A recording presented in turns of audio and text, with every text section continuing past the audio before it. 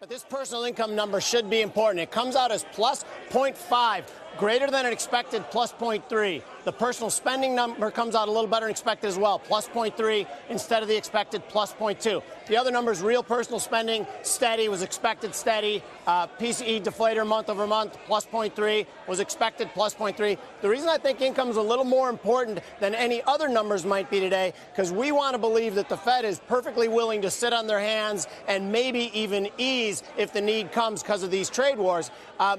And this number doesn't do anything to solidify that. It's actually a little stronger than expected. The stock market came in under pressure, as you said, lost a tick or two. The 10-year came in at 2.17. It's about 2.17 as well. Back to you, Joe.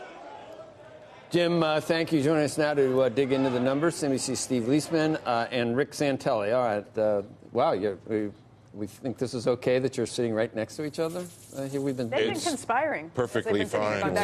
Hey, real quickly, to get into the data, you know, up 0.5 on income is best of the year. Okay? Best of the year since December. Right. December was up 1%. But the interesting thing is if you consider the 1% last year, in order to take that out, you have to go to December of 2012. So 2012? Yes. So it goes 1% in December, and the next one higher than that takes you quite far back. These numbers aren't bad, but Jim Iurio hit it on the head. This is not going to be the guiding force of which way the market's going to be venturing today. Just real quick, I got inflation-adjusted personal spending at 0. That's flat. That's going to be troubling, I think, maybe for GDP. I don't know what the economists had dialed in. Nominal consumption up 0.3%, but that gets wiped out by a 0.3% rise in the PCE price index.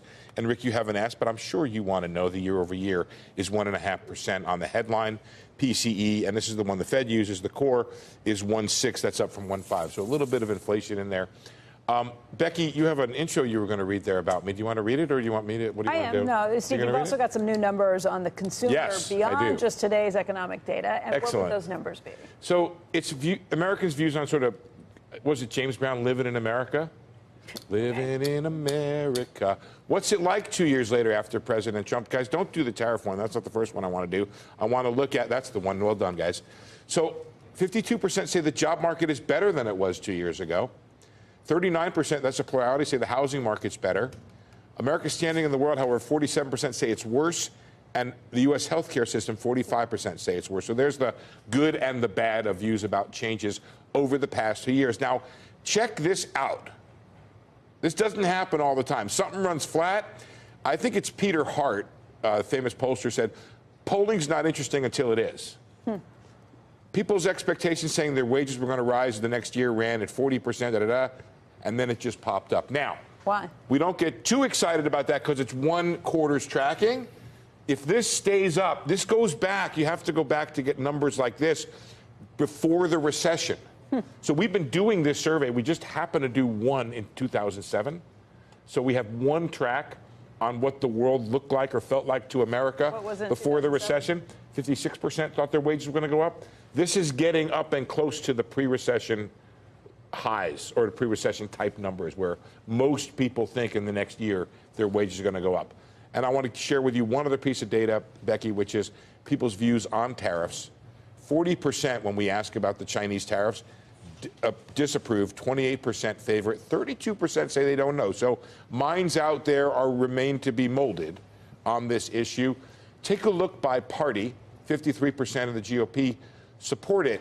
Now that looks like a high number, except consider that like 80+% support the president and think he's doing a good job on the economy, good job overall, but that number drops by 30 percentage points when we talk about GOP approval. And you can see Dems and the GOP, Dems and independents are net negative on it. You know, Rick, I think you called it right earlier in the show when you said that people's views on this will be hindsight, 2020 hindsight, because if it works, everybody's going to be ecstatic. If it doesn't, they're going to say, you know, vote out the incumbents and let's move forward. Right. And it does cross party lines because traditionally Republicans would be the ones who were supporting open trade, no tariffs, going ahead and moving forward with these things. Listen, but Steve brings up some great points. And when I look at the Democrats and the Republicans, Chuck Schumer, not very often is in the same Venn diagram as the conservatives. And I think it gives great credence to the notion that there is bigger fish to fry with regard to China.